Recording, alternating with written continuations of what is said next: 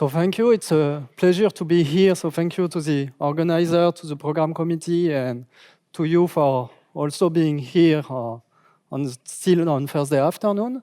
So I will indeed tell you about some work I did with Jacopo Borga, Cédric Boutillier, and Pierre-Loïc Melliot on random Young tableaux. We are studying limit shapes, and we discovered some somehow surprising discontinuity phenomena that I want to report about. Okay, so here I will use not the French, neither the Quebecois notation for Young diagram, but the Russian one.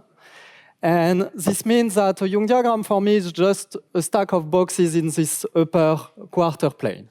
Okay, so you have one on the left. Here it will be just the Young diagram 5, 3, 1, 1, 1, for example.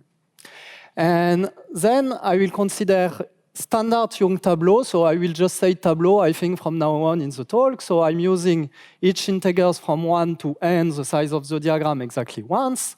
And when I have two adjacent boxes, the higher value should be in the higher boxes. Okay, when you turn like this monotonicity condition on Young diagram is just higher value in higher boxes. And what we will do in this talk, as you have guessed from the title, is to put some probability theory in the picture, but it will be really the most simple thing you can think in terms of randomness. So I will have no randomness on this side, so I will choose somehow some Young diagram. This is a parameter of the model, and then when you have chosen a Young diagram, of course you have finitely many Young tableaux. We even know they are counted by the Hook-Length formula, and then here I just take a uniform random one. Okay, so this is a very simple model. It has already been studied by a number of people, so I put it here a list of names. I didn't have space to add people having worked on variant like shifted Young tableau or lecture hall Young tableau, as we have seen, because the list is already long, just by focusing on really this random standard Young tableau of a given shape. So just before going further, let me give a few motivations. There are many, I will not spend much time on it. So you know that you have bijection between Young tableau and many objects. So there has been, for example, a lot of work in the last 15 years or so on random sorting networks, and this is based on Young random tableau via Edelman-Green bijection. You have some model of permutations. It's a Young tableau also, of course, you know, it appears in representation theory of the symmetric group. So this question about random tableaux sometimes have some interpretation in terms of asymptotic representation theory. You have some motivation coming from statistical physics because it has a link. It's somehow a degeneration in a sense that I will not make precise of some Lozenge-Stiglitz models. And something which is nice with this Young tableau is that we can count them and we can sample them. So that's what I mean in the last item by it's a tractable model of linear extension of posets. And we can really study them and do some things. So before going further, I said we can sample them. So let us sample some random Young tableau. Let me show you some simulation. Something that I didn't say for the moment is that, of course, at some point I will want to look at large diagram and large random Young tableau to take some asymptotics. So rather than a single shape lambda, I want to consider a sequence of shape. And I'll do that in a very simple way. What I will do is that I fix some base diagram, say lambda 0. So here in this case, it will be 5, 5, 1, 1, 1. And then I will consider dilation of this lambda 0. So the nth dilation that I denote by this n dot lambda 0, you just replace each box in your tableau by a square of n by n of box. So you delete really in both directions. Okay, you multiply somehow each row length by n, but you also multiply the number of rows by n. Okay, and then when I have that, when you have your shape n n times lambda 0, you take the uniform tableau. So this was generated by the Hook-Walk algorithms. It generates you very efficiently uniform random tableau of a given shape. It's not very important, but just for those who know, I do the precision, and you get this kind of picture. So here I took n is equal to 100, which means that's a diagram with more than 100,000 boxes. And this picture here is a 3D graph. So you see the support of the graph.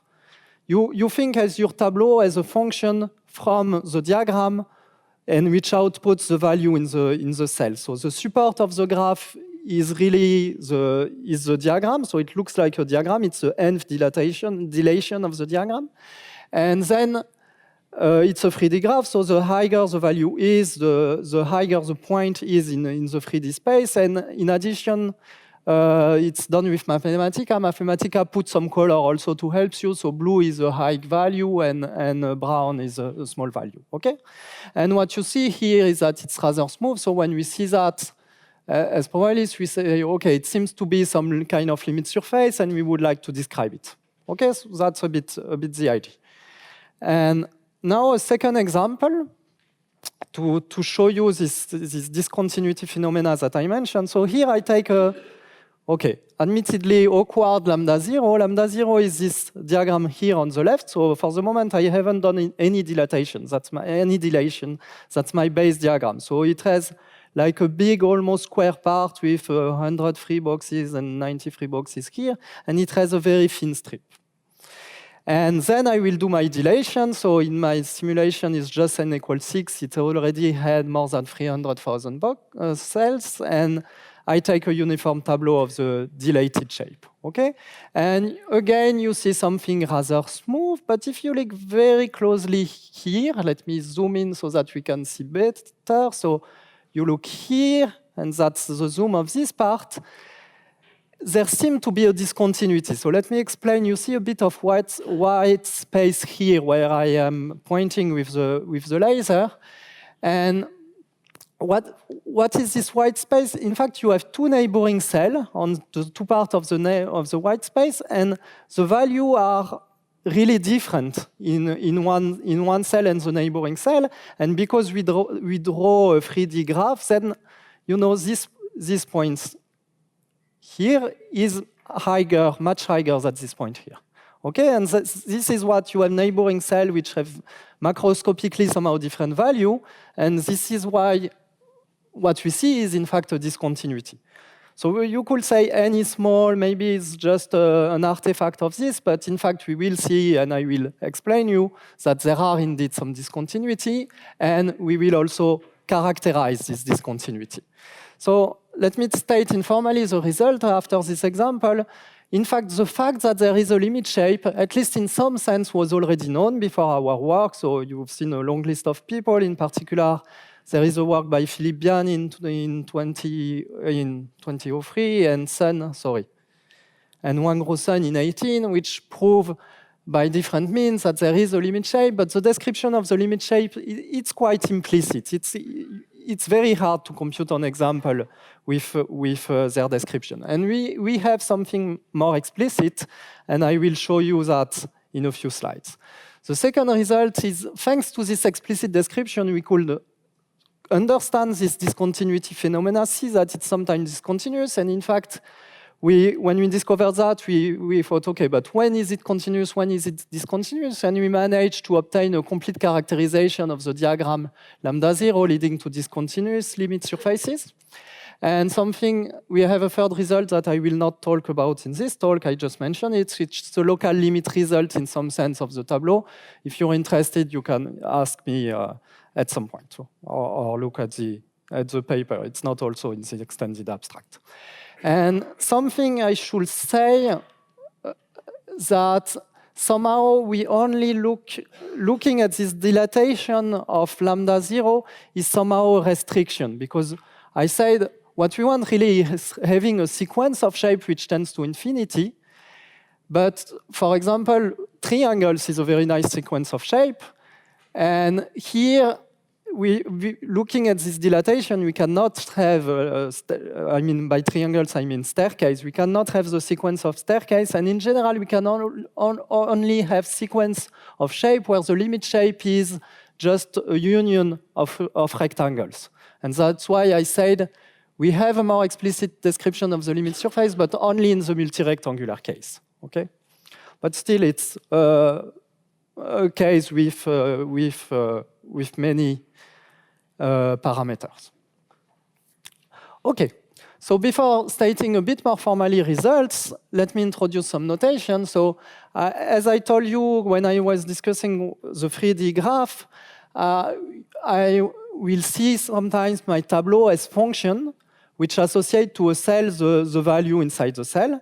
And when I will do that, I will use something which is maybe not very classical, is to really use as cell coordinates. I will use the x and y coordinates in the Russian notation. Okay, so that's why this might looks a bit strange, but for me this is cell 0, 1, this is cell 1, 2, and so on. It's not row and columns, it's really x and y in the Russian notation. And here, for example, you have a tableau on the right. Yes, this is right for you. On the right, and T2, 3 is equal to 7 in this example, okay? Even if it's on the first row. But rather than T, it turns out that it's convenient to study the height function associated to the tableau. And the height function is defined as follows. So I have two arguments in my height function. X is as before the x coordinate in the Russian notation. So for example, here I will look at h of -3 small t, and this means I'm looking at the value in this vertical line corresponding to x equal -3. But then instead of recording the value, I somehow count the number of value which are smaller than capital N times t in this row. So if t is smaller than n over 36, here I will have 0. When it gets bigger than n over 36, I get 1. When it gets bigger than 16 over 36, I get 2, and so on. If you want to say it otherwise, you look at a fraction t of the entries on your tableau, and you count how many of those are on the line given by x. Okay, and if you think a bit about it, and I will use that a bit later in the talk, even if I don't make it very precise, what I'm saying here is that for fixed x, the t function and the height function are just inverse of each other. Okay? Okay. So I said we have some limit theorem for the Young tableau in some sense, and in fact, this sense is in terms of this height function. So to have a limit, you should normalize something. So you know this, when you make your diagram bigger and bigger, you have more and more rows and columns. So the x coordinate gets bigger and bigger, and in fact it's scale like square root of n, like the capital N is the number of cells in the diagram. So that's why here I need to put x root n when I'm looking for a limit. And also the value of the h function, it will also get bigger and bigger, and you need also to scale it by root n. But when you do that, you will have convergence of this renormalized height function to what I will call limiting height function h infinity. So this depends, of course, of lambda 0. And okay, that's a convergence. This is a bit technical in probability uniformly, blah, blah, blah. But what is important is that it's a deterministic function. So you have somehow concentration of your random tableau around some limit shape. Okay? And the question, as I told you, is how to compute this h infinity. Any questions so far? Okay. Basically, but in fact, when there is some discontinuity, and we will see that there are, that's one of the points, you cannot directly deduce the convergence of the surface towards the limit surface because you have some discontinuity point of this inverse, compositional inverse function. Yes? How rapidly do they converge? No.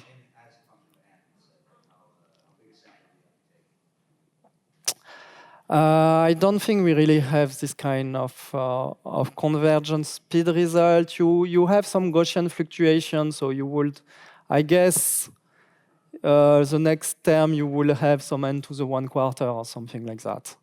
But okay, depends in which sense. So also you have to be a bit careful. I'm not entirely sure. Okay, so how to compute it? So we have our diagram lambda 0. It's the input of our problem. If you want, I say that the limiting height function h infinity depends on lambda 0. And I will need to have some description of lambda 0 to do my computation, and I will somehow encode it by what is called its interlacing coordinates. So the interlacing coordinates at the x coordinate in Russian notation of this corner of the Young diagram. Okay, so here you have a first inner corner, an outer corner, inner corner, outer corner. You see if you follow the boundary. And inner corners, their x coordinate will be called A0, A1, A2, and so on until A sub m. For outer corner, B1, B2 until B sub m. And of course, you get two interlacing by definition sequence of number. Okay? Then from this, I will consider what is called the critical equation, because in some sense, we are looking from critical point. I will comment on that back in a sequence. So let me just, for the moment, tell you what this equation is. So you have parameters. It depends on two parameters, x and t. So this x and t are really the coordinates of the height function, the argument of the height function. And you see that it's a rather simple polynomial equation. So u is my variable here.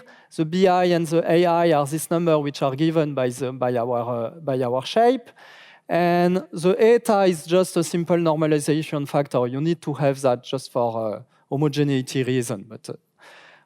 And so here, the left-hand side is factorized, the right-hand side is factorized. This means you can look very easily what are their signs. And with this interlacing condition, it's not too difficult to prove that this critical equation, it has at least some real roots. And in fact, it has at least m-1 real roots, and it's an equation of degree m+1. So we are missing 2.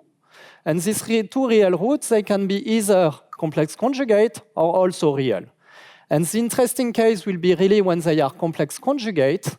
And I will come back to that in a moment. But when they are complex conjugate, we will say that xt is in the liquid region. Okay?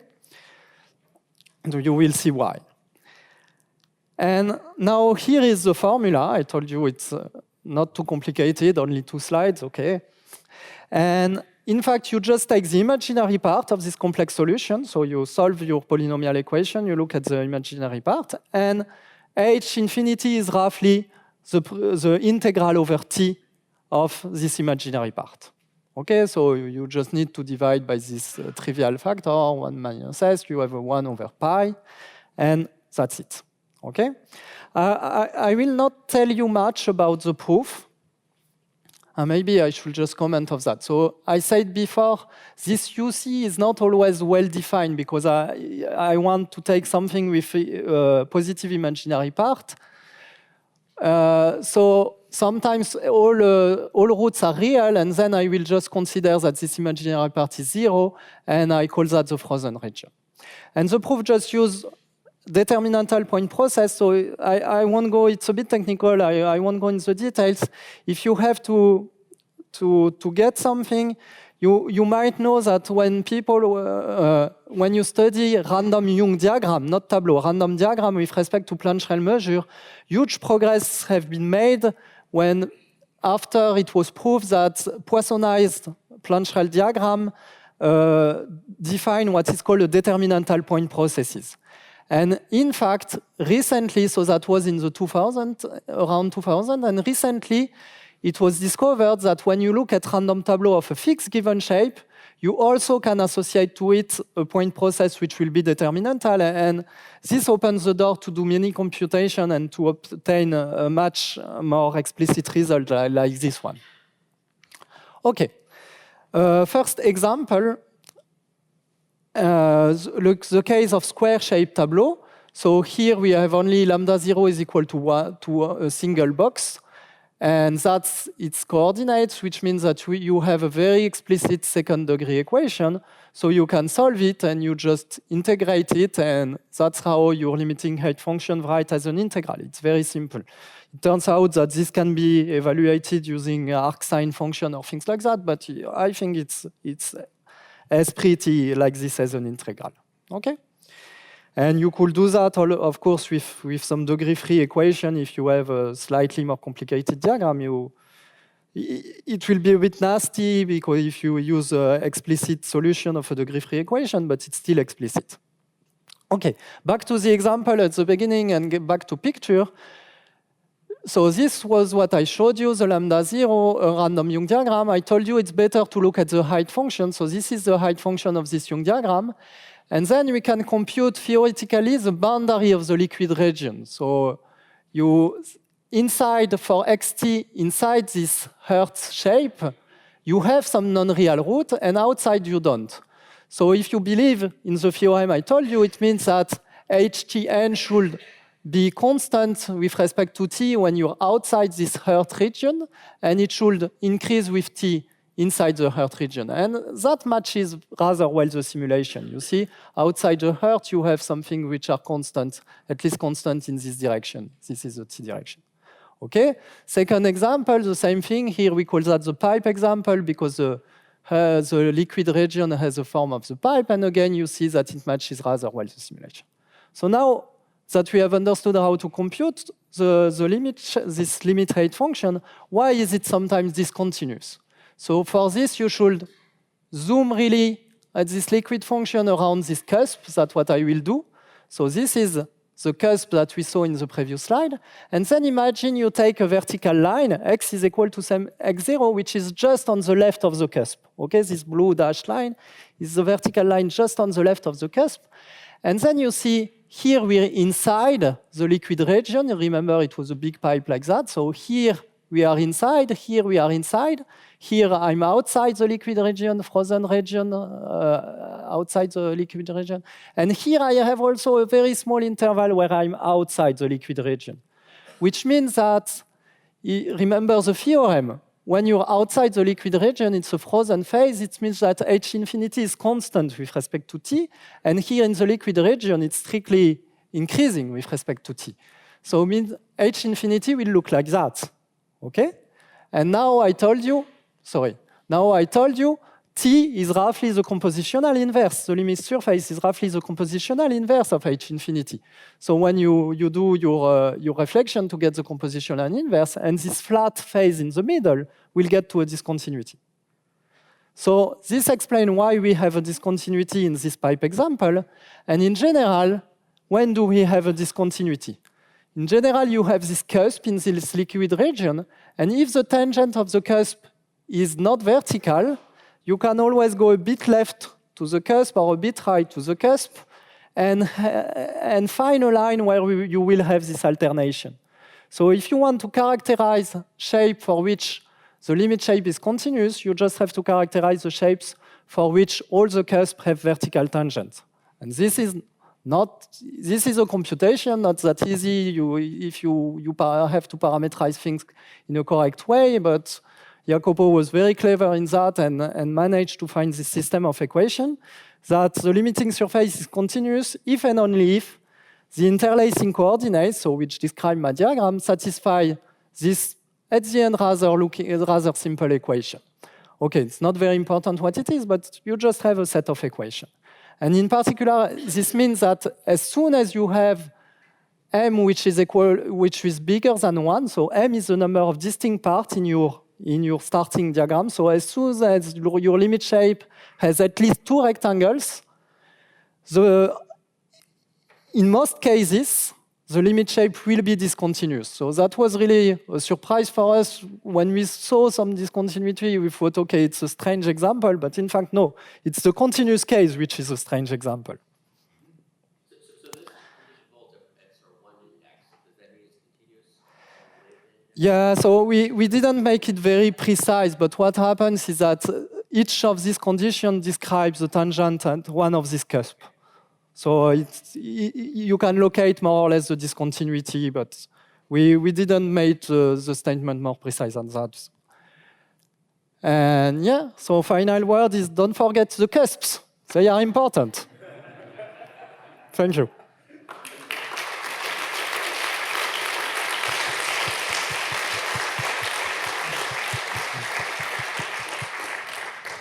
Thank you very much for this talk. There were already some questions. Are there more?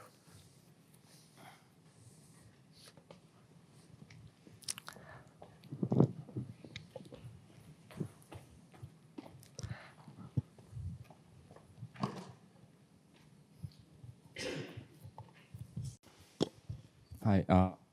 So you showed us some example where there's a discontinuity, and is it possible for some shape that has many discontinuity, like more than 1 point? Yeah.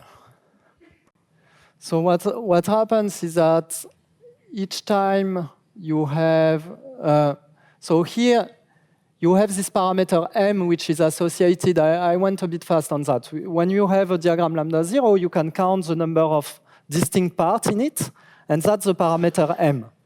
And then you have, this also corresponds to the number of outer corner here, and in fact, for each of these outer corner here, you have a contact point of the liquid region with this line, and in between two contact points, you'll have a cusp. And then, generically, you have one discontinuity for each of these cusps. But generically, they are also very, very small. Because, you know, here we had to look really for an example a bit, okay, it's not the most natural example you will try. And you see that already in this example, it's not so easy to see the discontinuity. So in general, they are very small, but they are there. Yeah. Thank you. Any other questions? And in general, you will have m-1 discontinuity. That's. Do you know how the fluctuations behave? So we didn't study that in this paper. So there is a paper of Piocniadi which shows that if you look at the, let's say, T-level line in your tableau, so this means you look at the diagram which is defined by a fraction T of smaller entries in your tableau, then you will have some Gaussian fluctuation of this diagram in some sense. So in the sense of a joint Gaussian fluctuation of what is called polynomial function on the diagram, and you can compute covariances, things like that.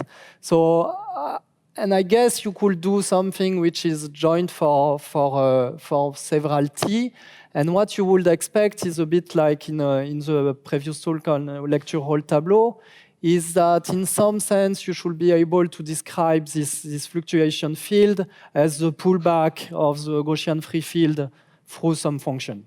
But this is, I mean, conjectural by analogy that I say that.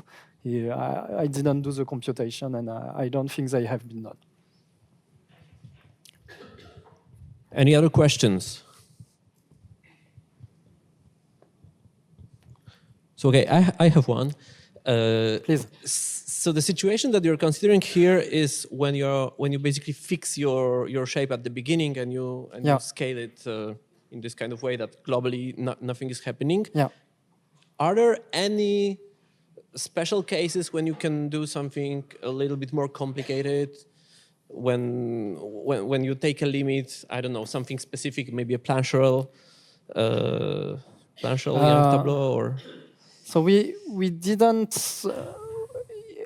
Of course, we expect that this limit shape will still be, and from result also of Philippe, for example, of Philippe Bian that I mentioned, the limit shape will be the same if you have a bit less regular sequence of diagram which tends to the same limit shape. But with the method, it's rather difficult because you have this critical equation. So I forgot to say it. The critical equation appears when you look for some saddle point in some saddle point analysis. And this critical equation will really, it's a polynomial equation, and the degree depends really of the number of distinct parts in your tableau. So if you change along your sequence, if you change the number of discrete parts in your tableau, you change the degree, so it's harder to locate the root and the saddle point and things like that. So the method somehow breaks up when you look at more complicated, and it will be the same for Plancherel measure. But we believe there is, for example, the local limit result that I didn't present here. We believe it's true for Plancherel Young diagram, but we cannot prove it directly with this method. This will be there are things like that which have been done with Lausanne stylings, and it's difficult long paper in addition to the first one on the polynomial case in some sense. So.